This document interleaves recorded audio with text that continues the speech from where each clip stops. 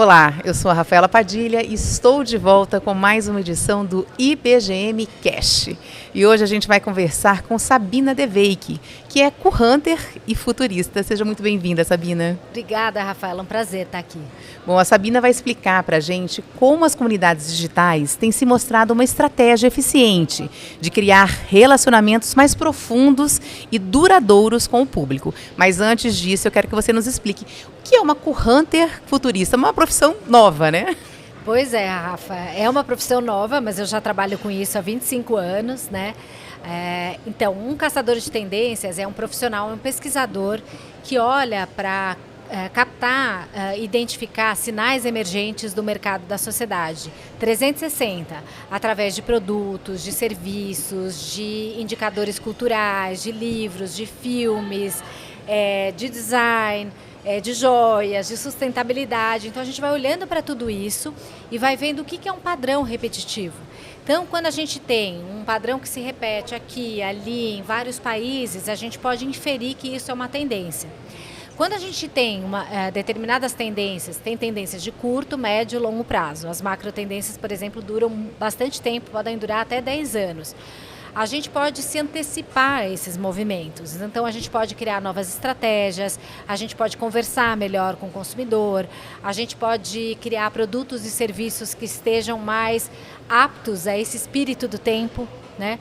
E um futurista, ele cria cenários. A partir desses sinais, dessas tendências, ele se pergunta, e se fosse de uma maneira? E se fosse de outra maneira? Então, o futuro, eu sempre falo que o futuro não é no singular, ele é sempre no plural, futuros.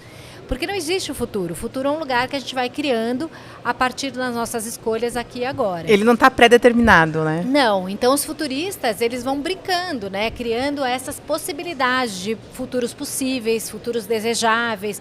Então, como seria se a inteligência artificial, por exemplo, substituísse os humanos?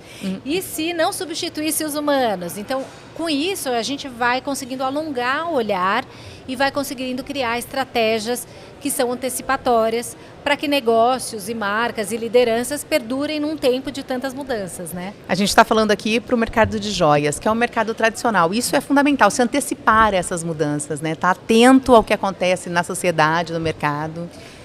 Para todos os mercados tradicionais e não tradicionais, uma das principais habilidades do futuro, inclusive segundo o Fórum Econômico Mundial, é a habilidade de Futures Literacy, que em português é alfabetização de futuros.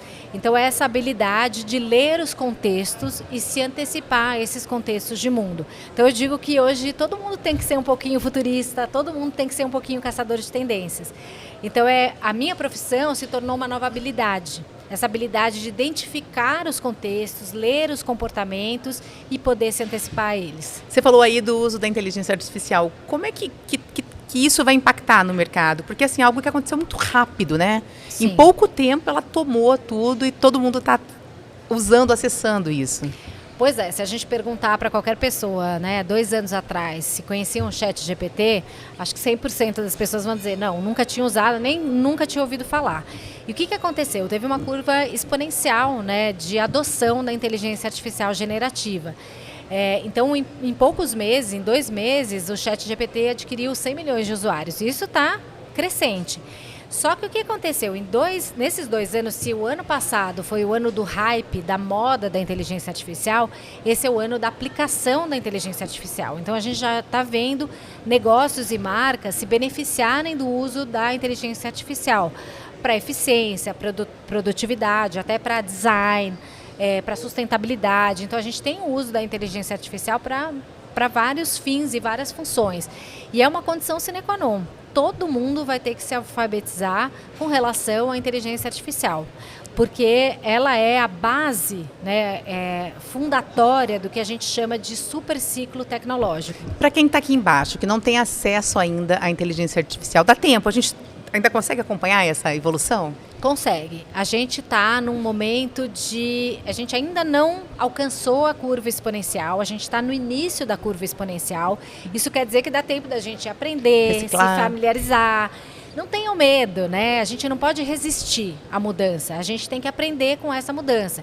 Então entra lá, vê como funciona. Existem várias inteligências artificiais, não só o ChatGPT, tem o Midjourney de imagens, tem inteligências artificiais, por exemplo, de voz, até de tradução.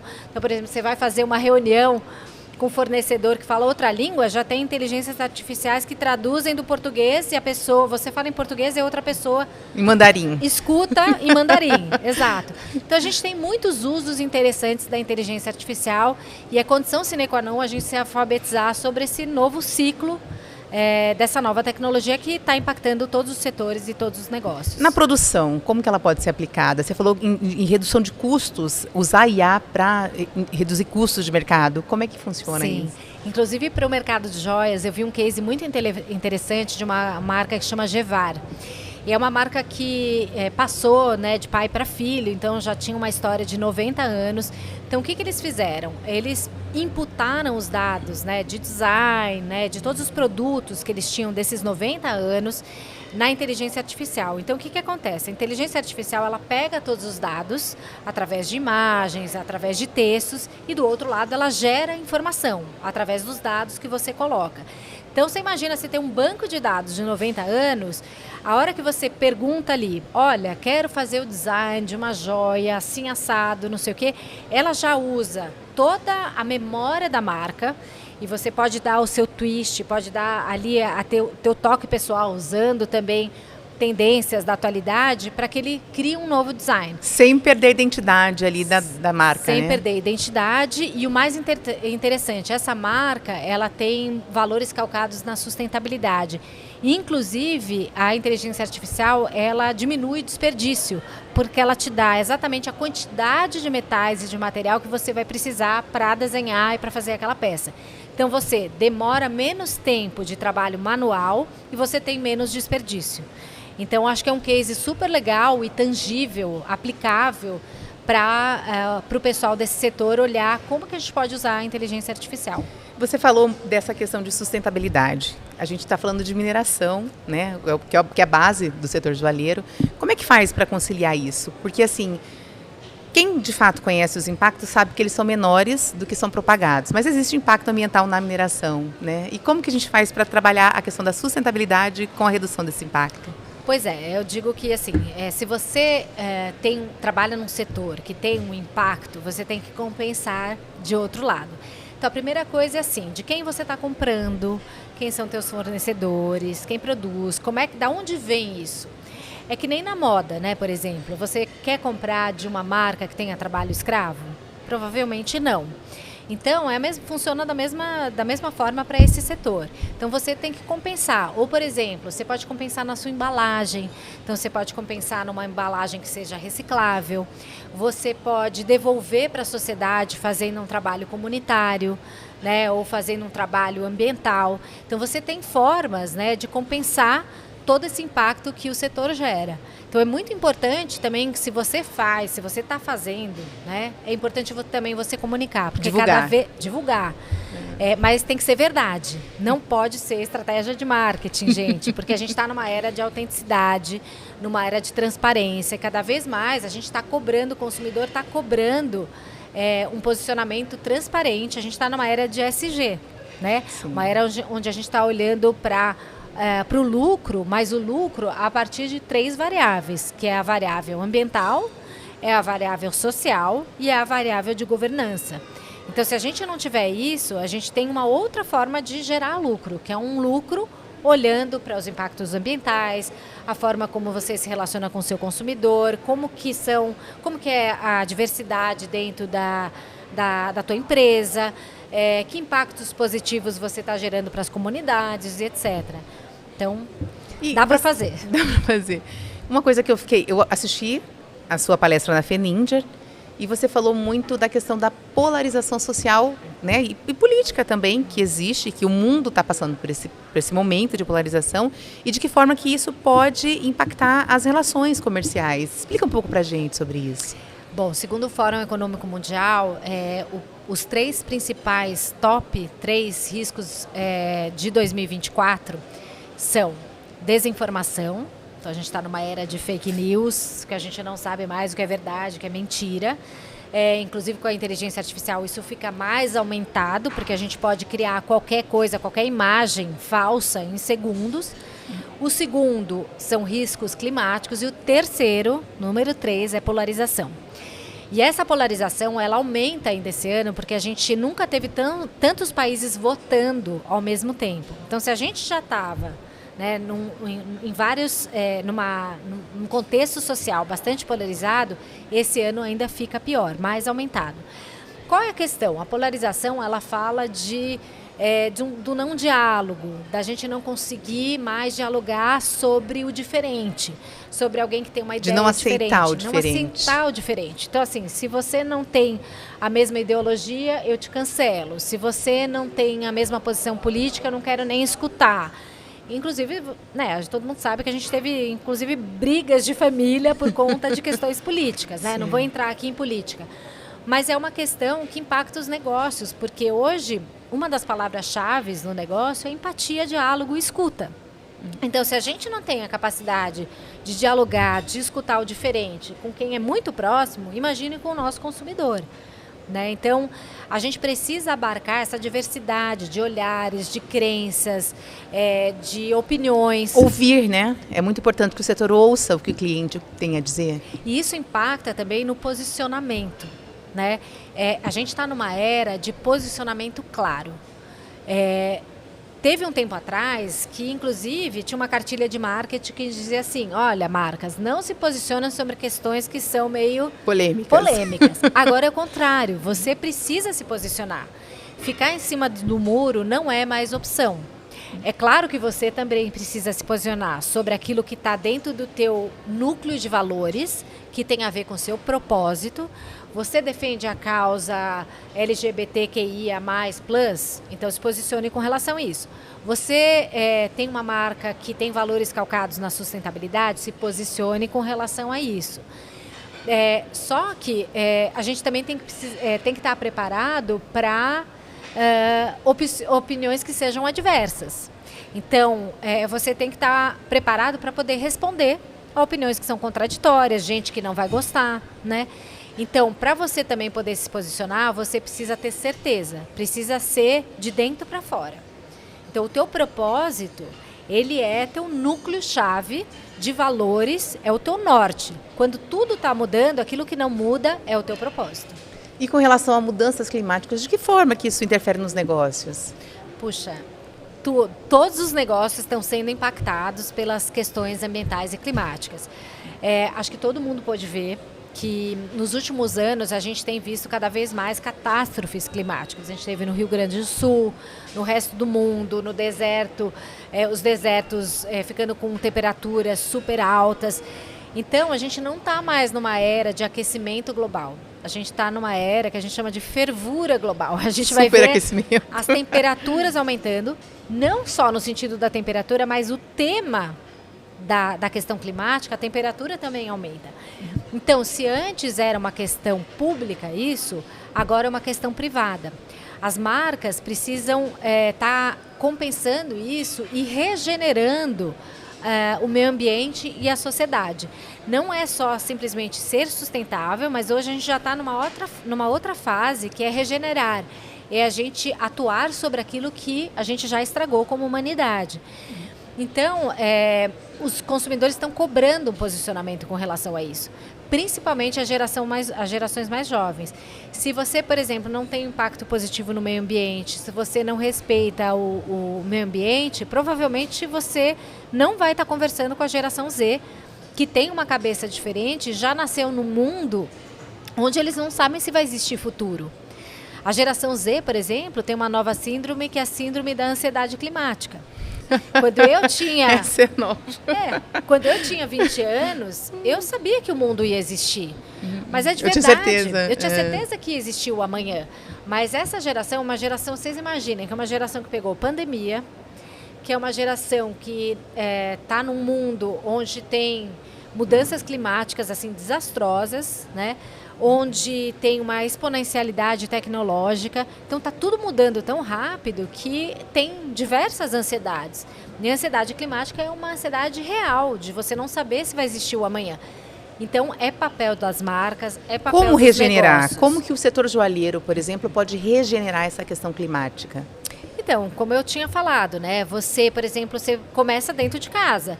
Então, por exemplo, você pode diminuir o consumo de papel. Então, os teus processos podem começar a ser mais digitais. Aí você consome menos papel. Por exemplo, a gente está aqui com uma xicrinha, né? Todo mundo pode levar o seu copinho, ao invés de você ter copos plásticos dentro da sua empresa. As suas embalagens podem ser menos plásticas e mais de materiais Mas implantar recicláveis. isso dentro de um setor, eu não digo de uma indústria específica, mas dentro do mercado em geral, que está muito acostumado já com as benefícios, né, de usar copo descartável, já tem essa educação, essa cultura. Não é difícil? É difícil, eu acho que a gente precisa educar também, sabe? Campanhas educativas? Campanhas atrativas, educar, alfabetizar sobre e ter essa conscientização ambiental. Então a alfabetização não tem que ser só digital, ela tem que ser ambiental também. Ambiental também. E como eu falei, o ESG hoje é uma nova lei do capitalismo. A gente está num capitalismo que não é mais só de shareholder, não é simplesmente o lucro pelo lucro, mas é um capitalismo de stakeholder, onde a gente olha para o E de environmental, que é o ambiente, S de social e G de governança. E essas 3 letrinhas não são simplesmente 3 letras, são índices que, inclusive, por exemplo, investidores estão olhando para ver se investem ou não na tua marca. Legal. Então, se você é mais sustentável, se você tem mais impactos positivos no meio ambiente e na sociedade, você tem a chance de um investimento maior. Você fica mais atrativo para o mercado, né? Inclusive, investimentos financeiros hoje olham para essas 3 variáveis. Você falou em verdade, que as pessoas, você não pode vender a ilusão que as pessoas precisam vender verdade. O mercado, os negócios precisam vender verdade. E ao mesmo tempo você falou que um dos maiores índices, o primeiro é fake news, que é a venda de mentira. Como que concilia isso nos negócios? Pois é, tem uma pesquisa que eu gosto bastante de citar, que é uma pesquisa do Edmond Trust Barometer, que todos os anos testa o nível de confiança na sociedade.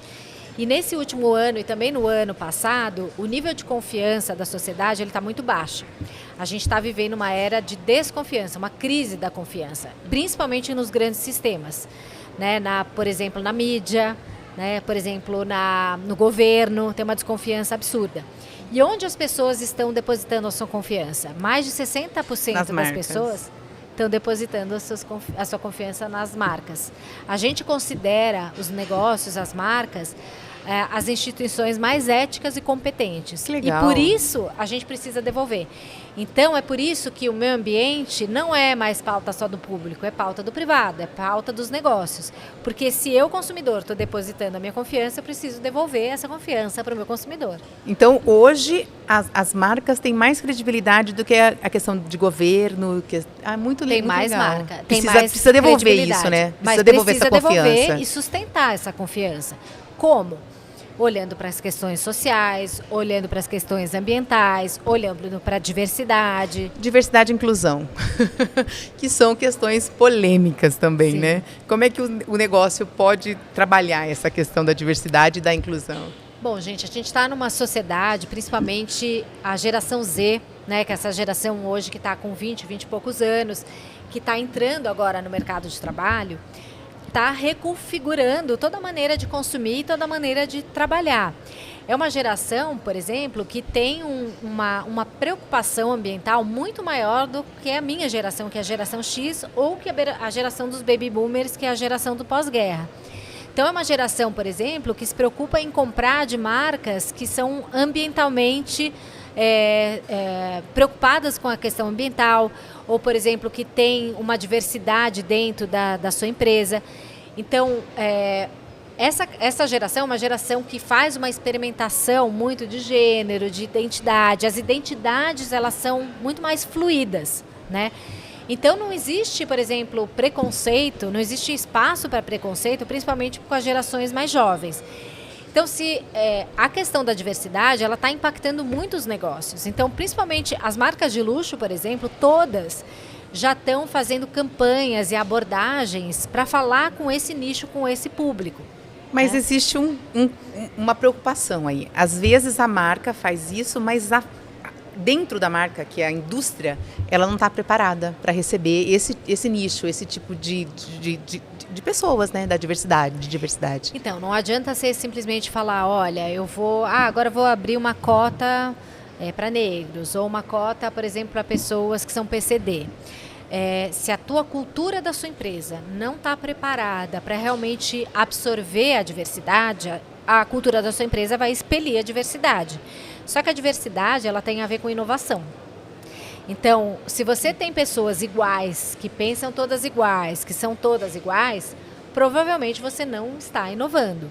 Então, a diversidade, ela tem a ver com gêneros diferentes, mulheres na liderança, tem a ver com faixas etárias diferentes, tem a ver com opções sexuais diferentes, tem a ver com opções identitárias diferentes, tem a ver com raças diferentes, com backgrounds diferentes, pessoas que vieram que têm mindsets completamente diferentes. Quando você tem pessoas pensando diferente, que vieram de locais diferentes, e você tem essa diversidade cultural, étnica, racial dentro da sua empresa, você vai inovar. Porque você vai ter um olhar muito mais plural com relação ao teu serviço, ao teu produto. Então, quem ainda está ali atrás na diversidade, provavelmente está perdendo uma oportunidade de inovar e olhar para frente. Legal. E vamos falar com relação agora ao universo digital. Hoje em dia as redes sociais são um grande atrativo, né? Mas ainda existe a necessidade de lojas físicas. Como é que funciona isso? Como conciliar essas duas coisas? Bom, a gente é que separa o físico do digital, o tangível do intangível, o on e o off. Mas nós que somos também os consumidores, a gente faz tudo ao mesmo tempo. Então a gente pode olhar um produto no varejo físico. A gente experimenta esse produto, gostou? Aí a gente vai pesquisar no online. Aí depois a gente vai entrar no Instagram da marca. Depois a gente vai se comunicar com o vendedor no WhatsApp e vai concluir a venda no digital. Então você percebe que todos os canais, eles precisam estar integrados. Então o nosso consumo, ele é OOO. Ele é on, ele é off e ele é omnicanal, em todos os canais. O consumidor é a omnicanalidade. Eu gosto muito de contar, por exemplo, como eu escolho quando eu vou fazer uma viagem, quando eu vou escolher um hotel, mas não é só uma coisa pessoal, uma experiência pessoal. É uma experiência que eu acredito que seja de todos os consumidores. Quando eu vou escolher, por exemplo, um hotel, né, para viajar, eu olho sim o hotel, entro lá no site, mas eu também quero olhar os comentários que os consumidores fizeram da experiência que eles tiveram com aquele hotel. Então, a gente olha muito mais a experiência que o consumidor teve com o estabelecimento do que o estabelecimento está falando sobre ele mesmo, né? O Airbnb, por exemplo, é uma plataforma, é uma comunidade digital, onde a gente tem uma questão de transparência e autenticidade de mão dupla. Então, a gente tem um anfitrião, a gente olha como que o anfitrião recebeu as pessoas e como as pessoas usaram aquele estabelecimento. Então, você tem uma nota para quem usou o Airbnb e para quem acomodou as pessoas. Então, uma via de mão dupla, né? Então, as comunidades digitais, elas funcionam olhando para todos os canais. E as redes sociais, elas são um canal muito importante, né? O Instagram, o TikTok, não são simplesmente locais onde você vai fazer uma curtida, onde você vai ver fofoca, né? Ou colocar uma imagem para você ser visto. É um local de consumo que gera muito dinheiro, né? E traz muito consumidor novo para dentro da sua comunidade. Então é super importante a gente estar circulando no on e no off. Agora, o que a gente tem também é um retorno ao que a gente chama do varejo hiperfísico. Então, a experimentação no varejo físico é muito importante. Então, por mais que a gente, por exemplo, conclua uma compra no offline, no digital, a gente quer experimentar. A experiência da marca, a comunicação da marca, ela precisa ser ali no varejo hiperfísico. Então você tem que fazer uma loja conceito, que comunique os valores da sua marca, que traga experiência, que traga uso, que você possa tocar, experimentar, que você tenha personalização. Mas no setor de joias, eu estou lidando com produtos de valor altíssimo agregado ali, né? Às vezes é até difícil você deixar que as pessoas toquem, que as pessoas experimentem aquele produto. Como é que eu vou fazer essa questão? Como é que eu trabalho isso? Pois é, eu gosto muito de olhar, por exemplo, para o que a Tiffany fez, né? A Tiffany abriu uma loja conceito em Londres, né? Que é uma marca, né, de alta joalheria. Então, provavelmente ela tem produtos que vão ficar ali mais exclusivos, que você não pode tanto tocar, mas ela pode fazer experiências com outros produtos que são mais acessíveis.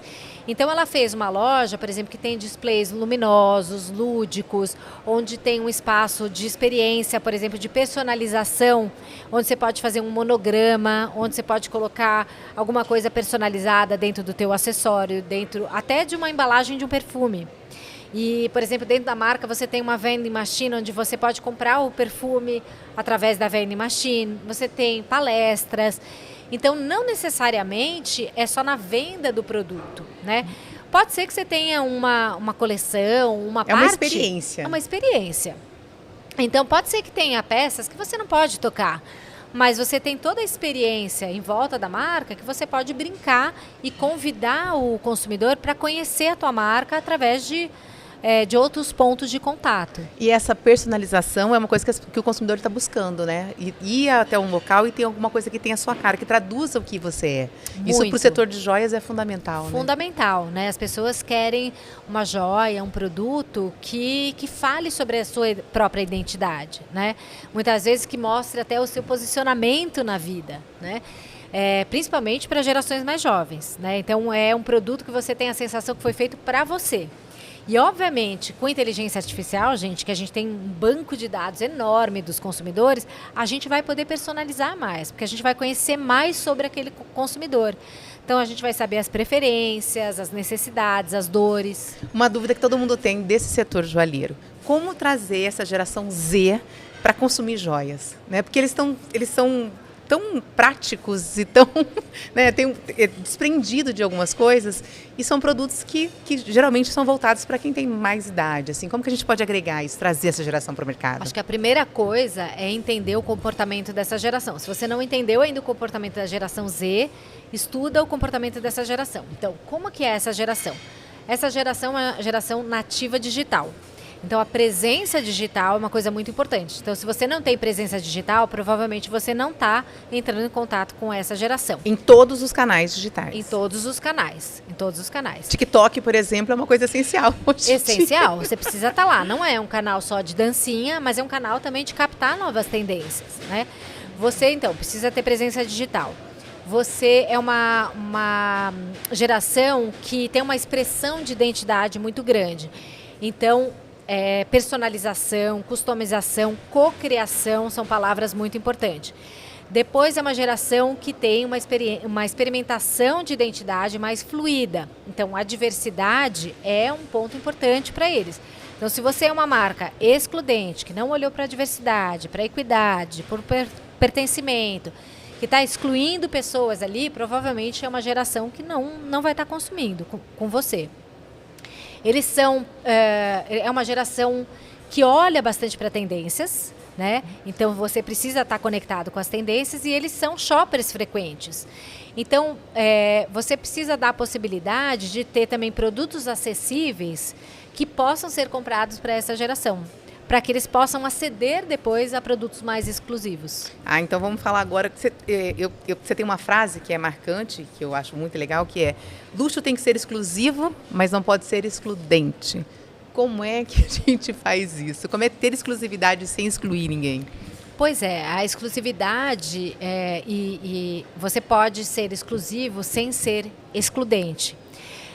Você pode ser uma marca que esteja conectada com o espírito do tempo, que olhe para todas essas mudanças, que seja mais democrático, como a Tiffany fez, né? Ela é uma marca mais exclusiva, mas ela não está excluindo pessoas, faixas etárias. Então, olhe para novas faixas etárias, comece a estudar o comportamento, olha, por exemplo, se tem um nicho, né, da sociedade que não está sendo atendido. Se você tem a possibilidade de conversar com esse nicho, converse com esse nicho. Você pode ter peças exclusivas, mas você pode estar falando com muitas pessoas ao mesmo tempo. A gente tem novas vozes aparecendo, e essas vozes precisam ser escutadas. E as comunidades, elas são para isso, para escutar essas vozes que eram caladas, né?